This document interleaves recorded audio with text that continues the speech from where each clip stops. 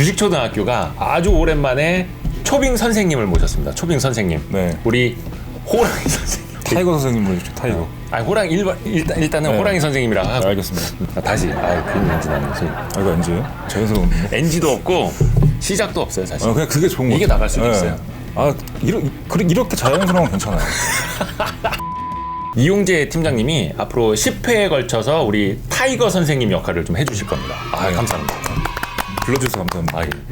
자기소개를 직접 한번 좀. 타이거 ETF 디지털 솔루션 팀 팀장 맡고 있는 이용재고요. 앞으로 이 주식초등학교에서 왜 테마형 ETF에 집중해야 되고 왜 연금에서 꼭 ETF를 담아야 되는지에 대해서 자세히 말씀드리도록 하겠습니다. 테마주 아닙니다. 테마주 아니고 아니에요. 테마주는 아니고 테마형 ETF. 그 테마란 모르시는 단어를 분들이 좀 사실 있어요. 네. 테마란 단어가 좀 옛날에 작전주 막 이런 식으로 돼가지고 예. 하면 하면 안 되는 거, 쳐다보지 말아야 되는 거 이런 거였는데 지금은 완전 다르죠. 지금은 이제 메가 트렌드 앞 단계에 있는 그래서 혁신 좋은 테마. 의미의 테마. 예. 테마형 ETF를 이야기를 할 거고, ETF 잘 모르시는 분들은 ETF란 무엇인가, 네. ETF를 보려면 어떤 것들을 좀 중요시 내용을 살펴봐야 되는지, 또 ETF 관련된 세금 정리까지 제가 해드려서 그걸 먼저 보시고 이 편을 보시면 훨씬 더 이해가 쉬울 겁니다. 제 자랑 좀 잠깐 했습니다. 네. 저도 봐야 될 것 같습니다. 저도 보고 오겠습니다.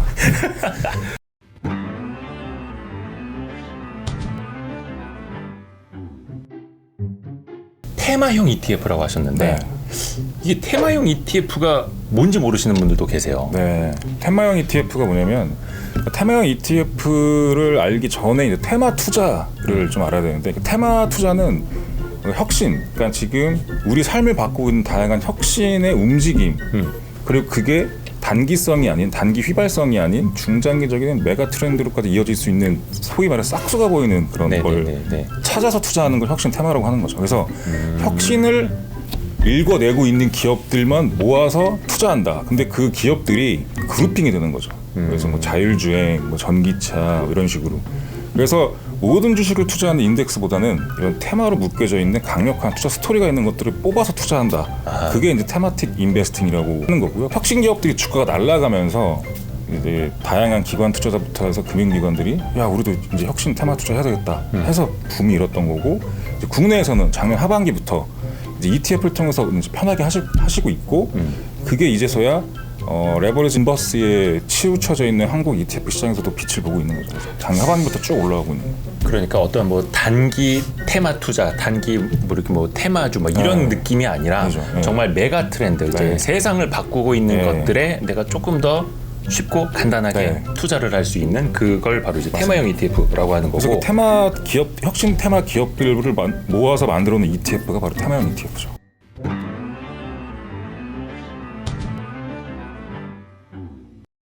근데 사실 많은 분들이 뭐 작년에도 그렇고 레버리지, 네. 곱버스, 그냥 네. 인버스도 아니고 네. 곱버스, 이런 어떻게 보면 지수형 혹은 네. 이제 방향에 투자하는 이런 네. 것들을 조금 많이 하신 적이 있었잖아요. 예. 그렇죠. 그 레버리지 인버스 ETF가 거의 국내 ETF 시장의 대부분이었고요.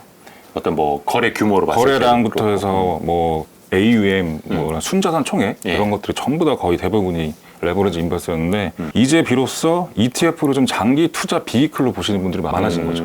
그냥 단순히 방향 투자 이게 네. 아니라. 단순히 내가 한 3달 정도 딱 지수가 올라갈 것 같으니까 레버리지 들어갔다 빠져야지 이런 걸로 ETF를 활용하신 게 아니라 난 정말 진짜 ETF를 펀드보다 좀 더 진화된 비이클로 여기고 내 재테크는 ETF로 할 거야.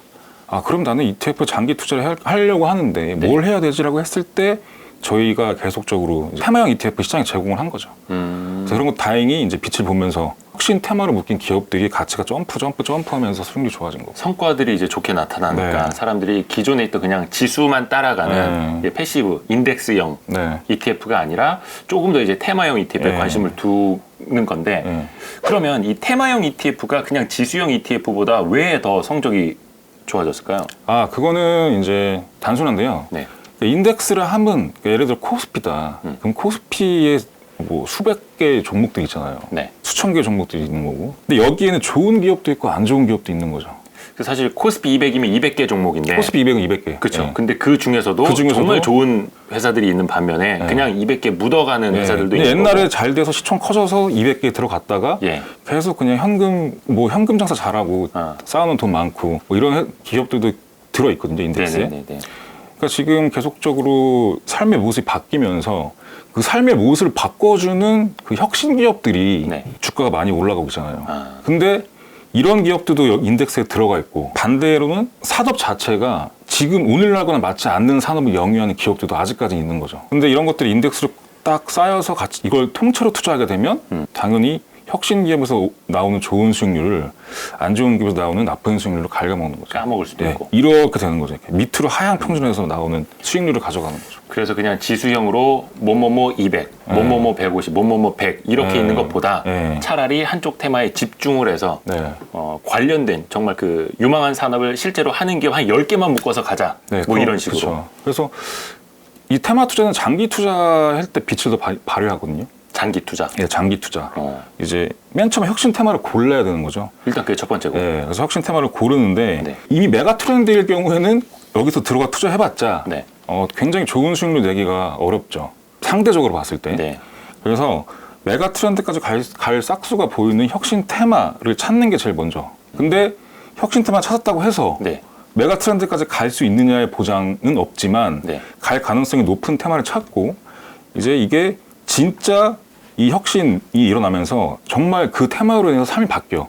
예를 들면 전기차 같은 경우는 지금은 전기차 침투율이 별로 낮지만 네. 5%밖에 안 되지만 괜찮을 것 같아. 이게 혁신 테마야. 내가 투자를 했어요. 네. 근데 전기차 침투율이 5%, 10%, 20%, 30%쭉 가는 거죠. 그러면서 저도 주변 사람들도 전기차 타는 사람이 많아지고 예. 뭐 주유소도 사라지고 충전소로 바뀌고 뭐 이런 걸 피부로 느끼는 거죠. 근데 그 과정이 길다는 거죠. 그래서 장기 투자를 하셔야 되고 연금에서 하시는 게 굉장히 좋다라는 거죠. 그래서 테마형 ETF가 잘 되면 자연스럽게 ETF 시장에서 장기 투자 풍토가 좀 생기는 거죠. 말 그대로 그 산업에 투자하고 네. 그 산업의 리딩 컴퍼니들에 투자를 하니까 네. 이건 길게 봐도 된다. 네. 뭐 물론 단기적으로 이제 주가라는 거는 기업 본질하고 무관하게 얼마든지 이제 그치, 출렁일 그쵸. 수 네. 있는 거고 ETF도 또 마찬가지기는 한데 그래서 길게 봐야 되는 거고 그 테마형 ETF는 종류가 얼마나 될까요? 테마는 보통 이제 나누기 나름인데 예. 긱스 같은 뭐 일종 회사에서 이제 우리 산업 분류를 이렇게 할 거야라고 해서 쭉 나누는 표준이 없어요. 그래서 예를 들어 산업표준. 예, 뭐 테슬라 같은 회사는 전기차 테마로도 갔다가 예. 또 동시에 배터리 테마로도 갔다가 뭐 소프트웨어 테마에 넣을 수도 예, 있는 넣을 거고. 수도 있고 플랫폼 테마로도 갈 수도 예, 있고 예. 뭐 애플도 마찬가지고. 아. 그러니까 확실한 그 투자 스토리로 테마를 만들고 그 테마에 들어가는 기업들은 분류가 안 되는 거죠. 왜냐하면 다양한 산업 융합이 일어나고 예전에 만들었던 산업 분류 체계로는 이제 딱 무자르을 때 자를 수가 없는 상황이다 보니 그렇죠. 이제 이런 테마를 전문적으로 운용하거나 투자하는 그런 뭐 금융기관들 우리는 이렇게 테마를 나누고 그 밑에 기업들이 이렇게 넣어놨어. 우리는 이 테마 이름을 이렇게 붙일 거야. 아니면 우리는 테마를 이렇게 나눌 거야. 라고 하는 것들을 한번 확인하시는 게 좋죠. 그럼 예를 들면 네. 미래에셋 자산운용이다. 네. 그럼 타이거 ETF 뭐 테마용 ETF를 만들고 싶다 네. 하면은 ABC 테마 ETF다. 그러면 네. 거기에다 우리가 넣고 싶은 것들을 이렇게 넣어서 만들면 그냥 되는 거예요? 그렇죠. 저희가 이제 ETF 테마형 ETF를 만들 때 예. 다양하게 산업을 보고 예. 우리 산업 전반에 이러이러한 현상이 지금 포착이 됐다. 네. 근데 이거는 얼리 스테이지 테마다.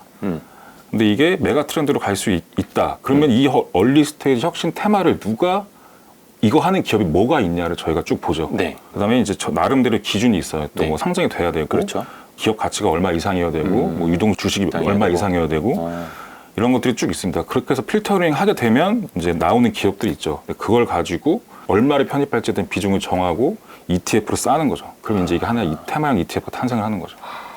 그렇게 해서 뭐 최근에 많이 아마 들어보셨을 거예요. BBIG, 네, BBIG. K 뉴딜 네. ETF라는 것도 있고 종류가 되게 많아요.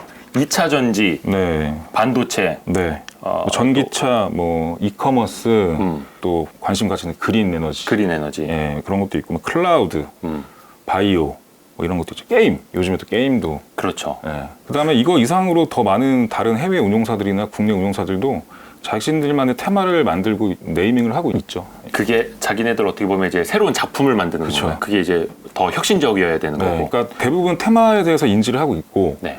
이제 그 테마를 좀 더 잘 만들기 위해서 투자 스토리를 더 가다듬는 거죠. 더 멋지게 만드는 그 스토리를. 테마형 ETF가 시장 규모도 엄청 커졌겠네요. 그러면. 테마형 ETF라는 아예 정확한 그 카테고리가 없기 때문에 정확히 얼마인지 모르지만 저희 회사 기준으로 말씀드리면 저희가 이제 작년에 BBIG K뉴딜 ETF를 5종을 출시했잖아요. 그 좀 히트 쳤죠. 네, 그게 좀 다행히 많이 투자를 많이 해주셔가지고. 예, 그래서 성과급도 좀. 아니 그건. 네, 그래서 BBIG K뉴딜 ETF가 국내에서는 대표 국내 테마형으로 자리를 잡았죠. 네. 1조 5천억 정도 5개 합쳐서. 네. 그거면 상당히 빠르게 큰 거죠. 거의 국내 ETF 히스토리상 거의 최단 기간 상장. 그래서 최근에 이제 테마형 ETF를 많이 사랑해 주세요. 그래서 저희 것만 이렇게 오른 게 아니라 네. 다른 운용사들의 비슷한 테마형 ETF들도 많이 AUM이 늘었어요. 그래서 전반적으로 투자자분들이 테마형 ETF를 지금은 찾고 있다. 레버리지 인버스도 물론 하시지만 거래량이 뭐 여기도 꽤 돼요. 많이 근데 돼요. 사실 그게 그도 그럴 게 네. 세상의 변화랑 흐름을 같이 해서 가잖아요. 네. 대한민국의 변화가 그 안에 있는 거고 네. 예를 들어서 네. 타이거 ETF를 만들었어. 근데 타이거 뭐 철강 ETF, 네. 벌크선 ETF 이런 네. 거 만들었어 봐. 사람들이 샀겠어요? 그렇죠. 좀 그게 아니라 진짜 누가 봐도 안 사게 생겼죠. 근데. 네.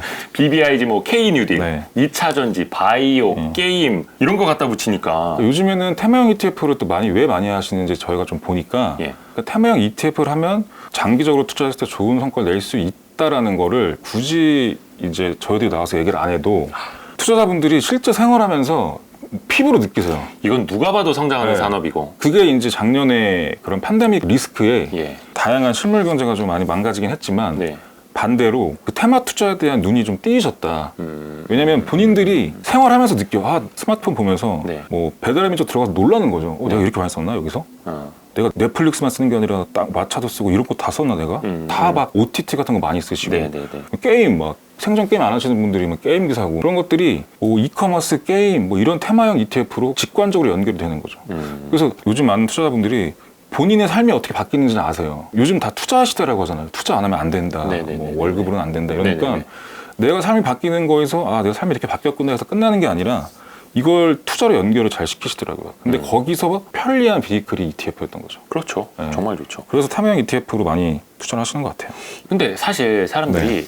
그러니까 테마형 ETF 같은 경우에는 장기 투자에 유리하다. 장기 네. 투자를 해야 된다라고 말씀해 주셨는데 그래도 매수 매도 시점이라는 게 있지 않을까라는 생각을 하실 수 있거든요. 그렇죠. 예. 거기에 대한 좀 조언을 해주신다면 어떨까요? 일단은 아까 말씀드린 장기 투자를 하셔야 돼요. 왜냐면 그 테마 투자에서 제일 피해 보시는 분이 어떤 분이냐면 투자 돈을 잃으신 분보다 예. 아 내가 이거 진짜 혁신 테마 태동기에 들어갔는데 너무 일찍 나왔어. 그 살짝 출렁임에서 안 되겠다 빼야겠다 뺐는데 갑자기 기업들이 밸류가 리레이팅 되면서 빵빵빵 가는 그거를 보는 그분이 제일 짧게는 몇 개월, 길게는 네. 몇 년 뒤에 그쵸. 이렇게 1년, 돌아서 2년 보면 차트가 이랬어? 막 네. 이런. 예. 그래서 뭐 일례로 뭐 전기차 같은 배터리 테마형 ETF 같은 경우도 2019년 18년도엔 재미가 없었거든요. 네, 네. 그래서 뺐다. 예. 빼서 나 그냥 코스피 200이 좋지 분산해야지 했다가 지금까지 왔으면 좀 상당히 흔들리실 거예요.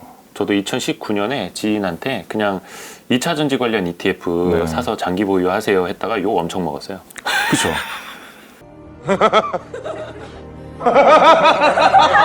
그래서 장기 투자를 하셔야 돼요. 왜냐하면 이게 되게 단순합니다. 이게 약간의 보편된 진리인데 네. 먼저 포착한 혁신 테마가 정말 사람들의 삶을 바꾸면서 메가 트렌드까지 가려면 시간이 걸리잖아요. 네. 이게 그럼요. 1, 2년으로 안 되거든요. 뭐 3년, 뭐 4년, 5년 걸릴 수도 있는 건데 수익률을 봤을 때는 이 성장하는 테마에 투자했을 때 나중에 메가 트렌드에서 팔고 나왔을 때의 수익률은 그 어떤 것과도 비교가 안 되는 그쵸. 거죠. 그래서 장기 투자를 하셔야 되고 뭐 목돈을 그냥 다 박는 투자를 하는 것보다는 예. 적립식으로 하는 거 추천드려요. 왜냐면 테마형 ETF 같은 경우는 성장 기업들이 많이 포진되어 있기 때문에 네. 뭐 최근 같은 뭐 금리가 올라가게 된 경우에는 부침이 또 굉장히 그렇죠. 있는 예, 거고 예, 그런 예. 것들을 또 잘 견뎌내셔야 굉장히 인상적인 수익률을 가져가는 것이기 때문에 뭐 연금과 같은 그런 장기 투자 계좌나 아니면 본인이 그냥 계속적으로 월급이나 이런 걸로 적립식으로 하시는 거 추천을 드려요. 사람들은 항상 이제 눈앞의 수익률, 네. 눈앞의 금액이 너무나 쉽게 이게 나오기 때문에 이걸 이제 못 참는 건데 그렇죠. 저는 그래서 그런 생각도 해봤어요. 요거 화면 숨긴 기능 하나 있었으면 좋겠다. 아, 내가 네. 장기 투자하는 거는 나한테 수익률을 네. 몇 달 동안에 안 보여주는 거죠. 괜찮은데 뭐. 1년에 한두 번만 보여주는.